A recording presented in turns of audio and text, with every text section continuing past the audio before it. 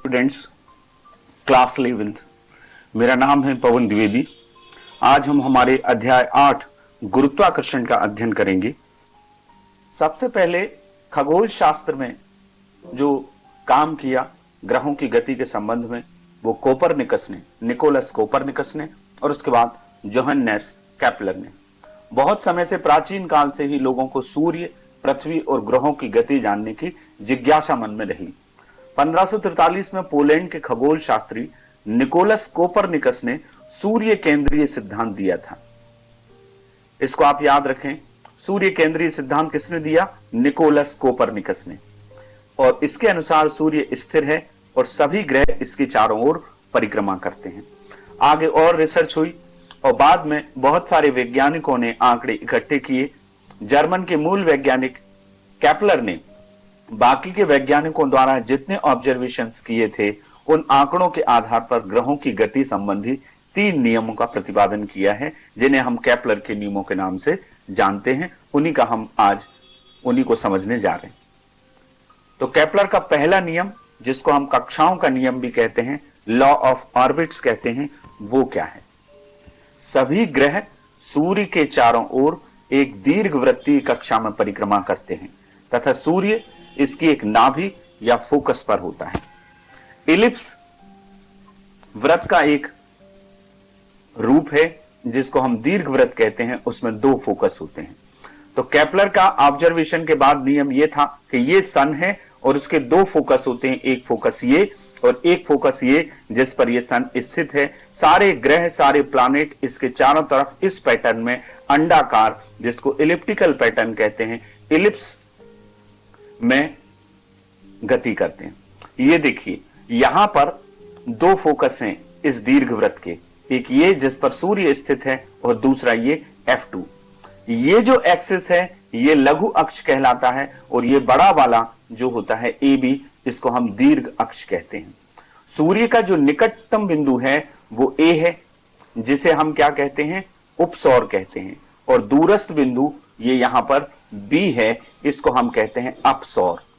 जो B point है इसको कहते हैं अपसौर और ये जो निकट का पॉइंट है इसको कहते हैं हम उपसौर। ये दीर्घ अक्ष कहलाता है और ये जो पास दिख रही है आपको रेखा, ये लघु अक्ष कहलाती है। तो ये पहला नियम है। दूसरा नियम, जिसको हम लॉ ऑफ एरियाज कहते हैं, क्षेत्रफलों का नियम कहते हैं, उसका स्टेटमेंट क्या है? सूर्य से किसी ग्रह को मिलाने वाली रेखा समान समय अंतरालों में समान क्षेत्रफल तय करती है। इसका मतलब यह है कि प्रत्येक ग्रह की क्षेत्रीय चाल, areal speed, areal velocity constant रहती है। इसका मतलब क्या हुआ कि यदि कोई ग्रह यहां से यहां तक दूरी तय करता है तो ये वाला जो एरिया है ABS, और फिर C से D तक दूरी तय करता है तो ये वाला एरिया है CSD। ये दोनों एरिया बराबर होते हैं, ये दोनों क्षेत्रफल बराबर होते हैं। यदि कोई ग्रह A से B तक जाने में जितना समय लेता है तो उतना ही समय वो C से D तक जाने में लेगा। इसका मतलब यह है कि जब ग्रह सूर्य से दूर होता है इस स्थिति में तो उसकी चाल न्यूनतम होती है और जब पास होता है तो उसकी चाल अधिकतम होती है। उसको इतना ही एरिया कवर करना है जितना उसने दूरी पर स्थित होते हुए कवर किया है। Area of ABS is equal to area of CSD। ये दोनों एरिया बराबर होंगे। इसको आप नोट करें। सूर्य से किसी ग्रह को मिलाने वाली रेखा समान समय अंतरालों में समान क्षेत्रफल तय करती है। इसको ऐसा भी लिख सकते हैं कि प्रत्येक ग्रह की क्षेत्रीय चाल नियत होती है। यह दूसरा नियम है, क्षेत्रफलों का नियम। तीसरा नियम बहुत महत्वपूर्ण है, आवर्तकालों का नियम, लॉ ऑफ पीरियड्स। यह क्या कहता है? किसी ग्रह के परिक्रमण काल का वर्ग दीर्घवृत्त की अर्ध दीर्घ अक्ष की तृतीय घात के अनुक्रमानुपाती होता है। इस दीर्घवृत्त की अर्ध दीर्घ अक्ष को सूर्य से उसकी माध्य दूरी भी कहा जाता है। हम ये कह सकते हैं किसी ग्रह के परिक्रमण काल का वर्ग सूर्य से माध्य दूरी के घन के अनुक्रमानुपाती होता है। तृतीय घात का मतलब क्या होता है? घन। तो या तो स्टेटमेंट को हम इस तरह से लिखें, दीर्घवृत्त की अर्ध दीर्घ अक्ष की तृतीय घात के अनुक्रमानुपाती, या उसी को हम कहते हैं सूर्य से उसकी माध्य दूरी, औसत दूरी के घन के अनुक्रमानुपाती होता है। अब यदि हम ये मान लेते हैं कि किसी ग्रह का परिक्रमण काल कैपिटल टी और सूर्य से उसकी माध्य दूरी स्मॉल आर हो, तो ये स्टेटमेंट क्या कह रहा है, परिक्रमण काल का वर्ग तो टी स्क्वायर समानुपाती माध्य दूरी का घन, तो माध्य दूरी कितनी है, स्मॉल आर है, तो आर क्यू आएगा। कांस्टेंट को हटाएंगे, यहां एक कांस्टेंट के लगता है, ये आनुपातिक नियतांक है के। ठीक है, तो ये हमारा तीसरा नियम हुआ, टी स्क्वायर बराबर के आर क्यू। आवर्त काल का वर्ग, परिक्रमण काल का वर्ग या परिभ्रमण काल का वर्ग सूर्य से उस ग्रह की माध्य दूरी के घन के अनुक्रमानुपाती होता है। तो ये तीन नियम केपलर के बहुत महत्वपूर्ण है, इसको आप समझें और अपनी कॉपी में नोट करें। अब हम बात करते हैं न्यूटन के सार्वत्रिक यूनिवर्सल ग्रेविटेशन लॉ की, सार्वत्रिक गुरुत्वाकर्षण नियम की। देखिए, आपने 9th में भी ये चैप्टर पढ़ा हुआ है। न्यूटन सेब के पेड़ के नीचे बैठे थे, सेब नीचे गिरा जिससे गुरुत्वाकर्षण की खोज हुई, ये दंत कथा आपने सुनी होगी। हर वस्तु जो ऊपर होती है वो नीचे की तरफ गिरती है, उसका कारण गुरुत्वाकर्षण का नियम है, गुरुत्वाकर्षण है। ग्रह सूर्य के चारों तरफ चक्कर लगा रहे हैं, इनको दीर्घ वृत्ताकार कक्ष में, इनको वृत्तीय कक्षा में चक्कर लगाने के लिए अभिकेंद्रीय बल की आवश्यकता होती है, वो इसी गुरुत्वाकर्षण नियम से मिलता है। तो स्टेटमेंट क्या है, ब्रह्मांड में, विश्व में प्रत्येक पिंड दूसरे पिंड को आकर्षित करता है, आकर्षण बल होता है, और इस आकर्षण बल को हम क्या कहते हैं, गुरुत्वाकर्षण बल कहते हैं। तो स्टेटमेंट यह है कि दो पिंडों के बीच लगने वाला आकर्षण बल उन पिंडों के, उन वस्तुओं के द्रव्यमानों के गुणनफल के अनुक्रमानुपाती और उनकी बीच की दूरी के वर्ग के व्युत्क्रमानुपाती होता है। दो बातें इसमें हमको मिल रही हैं, एक तो द्रव्यमानों के गुणनफल के समानुपाती और दूसरा बीच की दूरी के वर्ग के व्युत्क्रमानुपाती। इस हिसाब से दो समीकरण हमारे बनेंगे। तो स्टेटमेंट ये है, ये स्टेटमेंट को आप नोट करें। अब हमने यदि मान लिया कि M1 M2 द्रव्यमान के दो पिंड हैं, एक A है और एक B है, इन दोनों के बीच की दूरी D है, आप इसे स्मॉल r भी मान सकते हैं। तो इनके बीच में जो आकर्षण बल लगता है, ये वाला पिंड इस पर आकर्षण बल लगाएगा और ये वाला B पिंड A पर आकर्षण बल लगाएगा। तो इन पर लगने वाला आकर्षण बल जिसका परिमाण हम लिख रहे हैं, ये स्केलर में हम लिख रहे हैं, F is directly proportional to M1 into M2। क्यों, ये हमारा स्टेटमेंट क्या है, द्रव्यमानों के गुणनफल के अनुक्रमानुपाती। तो द्रव्यमान हो गए M1 और M2, ये समानुपाती हो गया, बीच में लगने वाला फोर्स F हो गया, तो F समानुपाती M1 इंटू M2, ये हमारा पहला समीकरण आ गया। दूसरा समीकरण क्या होगा, बीच की दूरी के वर्ग के व्युत्क्रमानुपाती। तो बीच की दूरी क्या है, D है, तो व्युत्क्रमानुपाती तो समानुपाती 1/d²। ये हमारे इक्वेशन फर्स्ट और इक्वेशन 2 हो गए। इन दोनों इक्वेशंस को हम मिला देंगे। इन दोनों इक्वेशंस को कंबाइन करने पर हमको क्या मिलेगा, समानुपाती ऊपर आ जाएगा और व्युत्क्रमानुपाती नीचे आ जाएगा। तो हमारा इक्वेशन हो जाएगा F समानुपाती M1 M2/d²। तो F बराबर, यहां पर एक कांस्टेंट लगता है, इस समानुपाती को हम बराबर में बदलेंगे तो यहां कैपिटल G लगता है, यहां आपको K नहीं लगाना है, ये कैपिटल G है। इसको हम कहते हैं एक आनुपातिक नियतांक और इसका नाम है सार्वत्रिक गुरुत्वीय नियतांक, universal gravitational constant, capital G। अब हम कैपिटल G की वैल्यू निकालेंगे। तो ये आपको करना है इतना, पहला समीकरण, दूसरा समीकरण, समानुपाती लगाइए और कांस्टेंट लगा दीजिए, तो F बराबर G M1 M2/d²। अब हम गुरुत्वीय नियतांक इस G को परिभाषित करेंगे। प्रश्न ये बात आता है कि न्यूटन का सार्वत्रिक गुरुत्वाकर्षण नियम लिखिए एवं इसके आधार पर गुरुत्वीय नियतांक को परिभाषित कीजिए, उसका मात्रक और विमीय सूत्र भी लिखिए, वो भी हम करेंगे।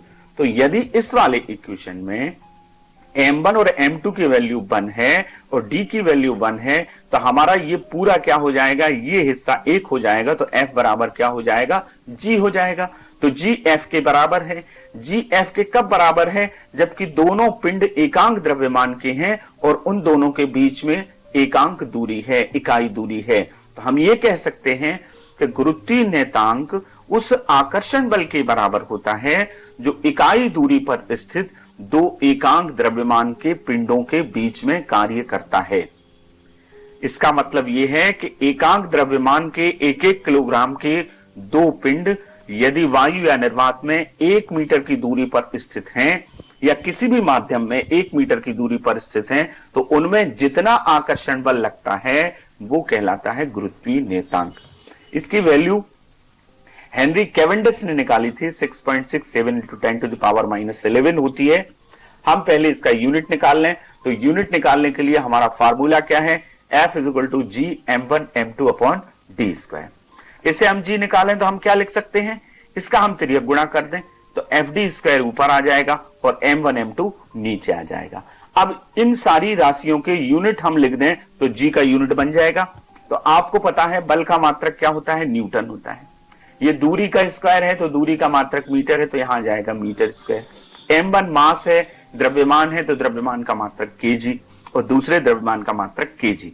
लिहाजा हम लिख सकते हैं nm square upon kg square. तो इसका मतलब हुआ न्यूटन मीटर स्क्वायर प्रति किलोग्राम स्क्वायर इसका यूनिट है। यदि इसको ऊपर ले जाएंगे तो किलोग्राम के ऊपर -2 लग जाएगा। तो यूनिट याद रखें, न्यूटन मीटर स्क्वायर पर केजी स्क्वायर, ऐसे इसको निकालना है। यदि आपको नहीं आ रहा है, याद नहीं है, तो आप इस फार्मूले को लिखिए और इससे जी निकालिए और यहां इन सारी यूनिट्स, इन सारी राशियों के यूनिट रख दीजिए तो आपको मात्रक मिल जाएगा। विमीय सूत्र भी निकालने का तरीका वही है, आपने फर्स्ट यूनिट में समझा है। बल का विमीय सूत्र होता है mLT-2, द्रव्यमान गुणित त्वरण। द्रव्यमान की जगह m, त्वरण की जगह LT-2। दूरी की जगह हम L लिखते हैं, L के ऊपर स्क्वायर, m1 की जगह कैपिटल M और दूसरे m2 की जगह कैपिटल M।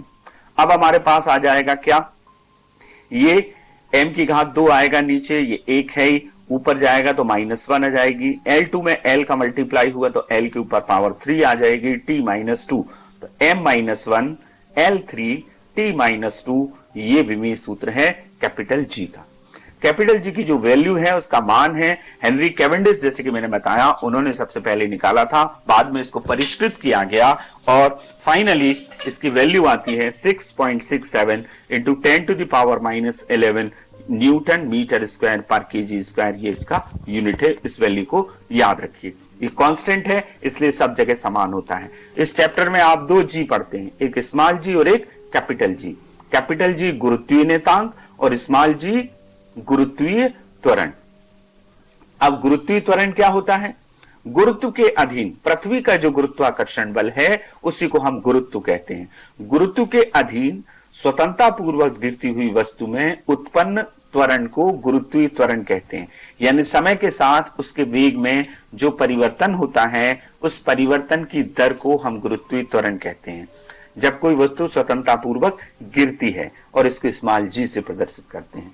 चूंकि ये त्वरण है, त्वरण को आप पढ़ चुके हैं, तो त्वरण का जो मात्रक है वही गुरुत्वीय त्वरण का है, मीटर प्रति सेकंड स्क्वायर या मीटर सेकंड -2। ऊपर ले जाएंगे सेकंड को तो -2 हो जाएगा। सीजीएस यूनिट सेंटीमीटर पर सेकंड स्क्वायर। विमीय सूत्र, त्वरण का विमीय सूत्र आप कर चुके हैं, m0 LT-2। इसका मान क्या होता है, इसका मान ऊपर जाने पर भी घटता है पृथ्वी तल से, नीचे जाने पर भी घटता है। जी का मान समुद्र तल पर 45 डिग्री अक्षांश पर लिया गया है, जो स्टैंडर्ड मान है वो 9.80 मीटर पर सेकंड स्क्वायर है। इसको हम पृथ्वी तल पर सारे जितने न्यूमेरिकल्स करेंगे उसमें 9.80 मीटर पर सेकंड स्क्वायर रखेंगे। ऊपर जाने पर घटता है, नीचे जाने पर घटता है, चंद्रमा पर 1/6 होता है। ये अलग अलग जगह अलग अलग मान होते हैं, जी का मान बदलता रहता है। ठीक है, तो इसका स्टैंडर्ड मान समुद्र तल पर 45 डिग्री अक्षांश पर, पृथ्वी तल पर कितना है 9.8। सुविधा की दृष्टि से आंकिक प्रश्नों में ये 10 भी दिया जाता है, 10 मीटर पर सेकंड स्क्वायर रख के हम हमारे आंकिक प्रश्नों को हल करते हैं।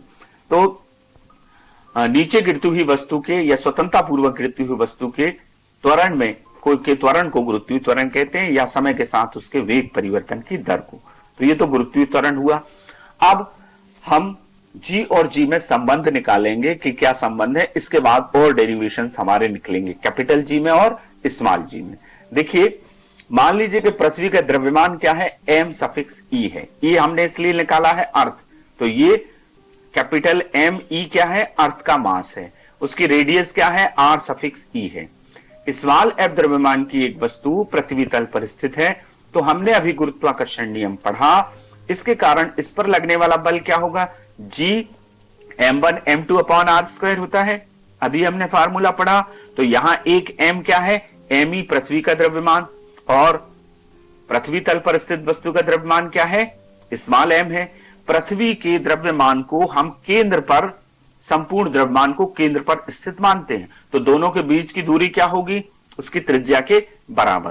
तो G M E M upon R E square, ये हमारे गुरुत्वाकर्षण नियम से आ जाएगा, क्योंकि फार्मूला हमारा क्या है, G M one M two upon D square. तो एक द्रव्यमान हमारा हो गया ये पृथ्वी का एम ई, और दूसरा द्रव्यमान हो गया उस वस्तु का जो पृथ्वी तल पर रखी है, स्मॉल एम। दोनों के बीच की दूरी हो गई आर ई, रेडियस। अब इस बल के कारण उत्पन्न गुरुत्वीय त्वरण स्मॉल जी है। इसी बल के कारण वस्तु में गुरुत्वीय त्वरण उत्पन्न होता है, जो उसका भार बनाता है, भार होता है एम जी। ये किससे निकला, न्यूटन के दूसरे नियम से, बल बराबर द्रव्यमान गुणित त्वरण। तो यहां त्वरण कौन सा, गुरुत्वीय त्वरण। तो हमारा फोर्स क्या आ जाएगा, स्मॉल एम इंटू जी। ठीक है, ये वस्तु का भार है एक्चुअली में। अब ये और ये दोनों बराबर हैं, क्योंकि इसी बल के कारण गुरुत्वीय त्वरण जी उत्पन्न होता है, भार बनता है उसका, वस्तु का। तो इन समीकरण 1 और 2 को हम क्या कर देंगे, बराबर कर देंगे। तो हमारे पास आ जाएगा एम जी बराबर G M E into M. इस एम से इस एम को हम कैंसिल कर देंगे। फाइनली हमारे पास क्या आ गया, G small G is equal to capital G M E upon R E square. यदि आप पृथ्वी के द्रव्यमान को कैपिटल एम मानते हैं और त्रिज्या को केवल आर मानते हैं, तो G is equal to G M upon R square आएगा। ठीक है, ये हमारा फार्मूला जी और जी में संबंध हुआ। इसको देखने से ये लग रहा है कि यहां पर वस्तु का द्रव्यमान स्मॉल एम कहीं भी नहीं आ रहा है। इसका मतलब है हम ये कह सकते हैं कि गुरुत्वीय त्वरण वस्तु के द्रव्यमान पर निर्भर नहीं करता। यदि आपसे यह सिद्ध कराया जाता है कि सिद्ध कीजिए किसी वस्तु का गुरुत्वीय त्वरण उसके द्रव्यमान पर निर्भर नहीं करता, तो आपको इसी फार्मूले को प्रूफ करना है। तो जी का मान वस्तु के द्रव्यमान पर निर्भर नहीं करेगा, इसमें स्मॉल एम नहीं आ रहा है। तो G M E upon R E square, ये हमारा जी और जी में संबंध है। अब हम एक और डेरिवेशन करेंगे, ये बहुत इंपॉर्टेंट है। मैंने जैसे कि बताया कि पृथ्वी तल से ऊंचाई पर जाने पर भी स्मॉल जी के मान में कमी होती है, और गहराई पर जाने पर भी स्मॉल जी के मान में कमी होती है। तो हम ऊंचाई का डेरिवेशन करते हैं, इसको प्रूव करेंगे कि किस तरह से कमी होती है। इसके लिए हमने एक डायग्राम बनाया। मान लीजिए कि पृथ्वी है, गणना की दृष्टि से हम ये मान लेते हैं कि पृथ्वी गोल है, जिसका द्रव्यमान कितना है, कैपिटल एम ई है, और त्रिज्या आर सफिक्स ई है। एम द्रव्यमान की एक वस्तु अभी पृथ्वी तल पर स्थित है, यहां पर। तो पृथ्वी तल पर गुरुत्वीय त्वरण हमने जी और जी में संबंध निकाल लिया, G is equal to G M E upon R E square. तो हमारा फार्मूला क्या होगा, G equals to G M E upon R E square. समीकरण 1 आ गया। यह पृथ्वी तल पर गुरुत्वीय त्वरण है। अब इस वस्तु को यहां से h ऊंचाई ऊपर ले जाया गया। इस m द्रव्यमान की वस्तु को जो पृथ्वी पर स्थित थी, इसको हमने h हाइट ऊपर ले गए। ऊपर ले गए तो यहां से केंद्र से, जहां पर हमने इसके द्रव्यमान को केंद्रित माना है, इसकी दूरी कितनी हो जाएगी, are E plus H. h ऊंचाई पर ले जाएंगे तो पूरी डिस्टेंस कितनी हो जाएगी, केंद्र से इसकी दूरी आर ई प्लस एच। यदि आप इसको आर मानते हैं तो आर प्लस एच होगी। ठीक है, यदि इस एच हाइट पर यदि ग्रेविटेशनल एक्सेलरेशन जी डैश है, तो हमारा यही इक्वेशन किस तरह से लिखा जाएगा, G dash equals to G M E upon इस आर ई की जगह आएगा आर ई प्लस एच का होल स्क्वायर। यह हमारा इक्वेशन 2 हो गया। अब हम समीकरण 2 में समीकरण 1 का भाग दे देंगे। यह हमारा समीकरण 1 था, यह हमारा समीकरण 2 था। हमने इसमें इसका भाग दिया तो क्या लिखा, जी डैश अपॉन जी। इसको हमने पूरा ऐसे ही लिखा। जब हम इस पक्ष का भाग देंगे तो ये पलट जाएगा, संख्याएं पलट जाती हैं, बटे को बटे में भाग देते हैं तो आर ई स्क्वायर ऊपर आ जाएगा, जी एम ई नीचे आ जाएगा। अब ये जी एम ई से जी एम ई कैंसिल हो गया। हमारे पास ये बचा G dash upon G R E square upon R E plus H का होल स्क्वायर। जब निकालना होता है हमें जी डैश, तो हम इस फार्मूले का यूज करके निकाल सकते हैं। ठीक है, और यदि एच का मान आर ई की तुलना में नगण्य है तो फिर इसको आगे हम डेराइव करते हैं। तो आगे कैसे करेंगे, हमने क्या किया, आर ई इसमें से कॉमन निकाल लिया। स्क्वायर लगा हुआ है तो आर ई स्क्वायर लगेगा। जब कॉमन निकलेगा आर ई, तो तो आरई में आरई का भाग होगा तो वहां 1 आ जाएगा, और एच में आरई का भाग होगा तो एच अपॉन आरई होल स्क्वायर। अब क्या होगा, अब ये होगा कि इस आर ई स्क्वायर से इस आर ई स्क्वायर को आप कैंसिल कर सकते हैं, तो जी डैश अपॉन जी आ जाएगा 1 upon 1 plus H upon R ई का स्क्वायर। ठीक है, अब इसको आप ऊपर ले जाइए। जब आप 1 प्लस एच अपॉन आर ई को ऊपर ले जाएंगे तो ये पावर जो प्लस की थी ये काय की हो जाएगी, माइनस की। अब यहां पर एक प्रमेय लगती है, कौन सी प्रमेय, द्विपद प्रमेय, बाइनोमियल थ्योरम। बाइनोमियल थ्योरम ये कहती है कि यदि यहां 1 प्लस एक्स है, ठीक है, और ये राशि 1 से कम है और इसके ऊपर पावर n है, ठीक है, तो अप्रोक्सीमेट बाइनोमियल थ्योरम की बात हो रही है, तो ये n का गुणा इस दूसरे स्टेप में हो जाता है। बाइनोमियल थ्योरम कंप्लीट जो है उसके तो बहुत सारे स्टेप होते हैं, फैक्टोरियल आता है उसमें, ठीक है, लेकिन लगभग अप्रोक्सीमेट बाइनोमियल थ्योरम ये होती है कि इस n का इसमें गुणा हो जाता है। यहां जो पावर लगी हुई है n, उसका दूसरे स्टेप में गुणा हो जाता है, वो अप्रोक्सीमेट बाइनोमियल थ्योरम है, लगभग द्विपद प्रमेय है। तो हम इसको अप्रोक्सीमेट करने के लिए क्या करेंगे, -2 का इस दूसरे वाले स्टेप में गुणा कर देंगे। इसको ध्यान रखिए, लगभग द्विपद प्रमेय है, तो ये -2 का मल्टीप्लाई होगा तो ये हो जाएगा -2h अपॉन आर ई। अब आप जी डैश निकाल लीजिए, जी का इसमें तिर्यक गुणा कर दीजिए।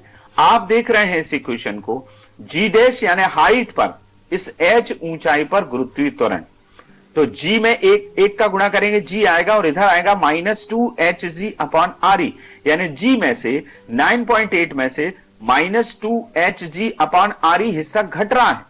तो कोई हिस्सा घट रहा है, इससे ये प्रूफ हो रहा है कि g dash is less than g, g dash का मान g से कम है। h ऊंचाई पर गुरुत्वीय त्वरण का मान कम होता है, इस डेरिवेशन से ये बात प्रूफ हो रही है, क्योंकि आप जब इसको खोल के हल करेंगे तो g -2hg अपॉन आर ई आएगा, यानी 2hg अपॉन आर ई हिस्सा g के मान में से, जो कि 9.8 है, उतना घट जाएगा। तो इससे प्रूफ हो गया कि ऊंचाई पर जाने पर गुरुत्वीय त्वरण का मान घटता है। तो ये बहुत इंपॉर्टेंट डेरिवेशन है, इसको आप जरूर करिएगा। अब हम करते हैं, इन दोनों राशियों को हम समझ चुके हैं, स्मॉल जी और कैपिटल जी। तो अब इनमें क्या डिफरेंस है, दोनों को हमने समझ लिया है, कैपिटल जी गुरुत्वीय नियतांक और स्मॉल जी गुरुत्वीय त्वरण। तो इसका अंतर यदि आपको पूछा जाता है तो आप दोनों की को समराइज करके लिख दीजिएगा। गुरुत्वीय नियतांक क्या है, यह एकांक दूरी पर स्थित एकांक द्रव्यमान की दो वस्तुओं के बीच में लगने वाला आंकिक बल है। यदि दो वस्तुएं एकांक द्रव्यमान की हैं और वो इकाई दूरी पर स्थित हैं, तो उनके बीच में जितना बल लगता है वो गुरुत्वीय नियतांक कहलाता है। और स्मॉल जी क्या है, गुरुत्व के अधीन स्वतंत्रता पूर्वक गिरती हुई वस्तु में उत्पन्न त्वरण को गुरुत्वीय त्वरण कहते हैं। गुरुत्व के अधीन जो वस्तु गिरती है उसके वेग परिवर्तन की दर को गुरुत्वीय त्वरण कहा जाता है। इसका मान अलग अलग स्थानों पर अलग अलग होता है स्मॉल जी का, लेकिन इसका मान सभी स्थानों पर समान होता है। ये कांस्टेंट है, हमने पढ़ा है 6.67 into 10 to the power -11 newton metre square पर केजी स्क्वायर इसकी वैल्यू होती है।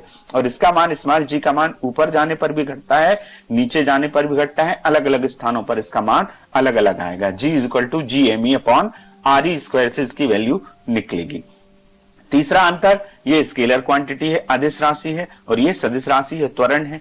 त्वरण आपने पढ़ा ही है, तो त्वरण क्या होती है, सदिश राशि होती है, परिमाण और दिशा दोनों इसमें बतानी पड़ेंगी। इसका एसआई यूनिट हमने निकाला न्यूटन मीटर स्क्वायर पर केजी स्क्वायर, इसका एसआई यूनिट त्वरण का मीटर पर सेकेंड स्क्वायर। इसका विमीय सूत्र m-1 L3 T-2 है और इसका विमीय सूत्र m0 Lt-2 है।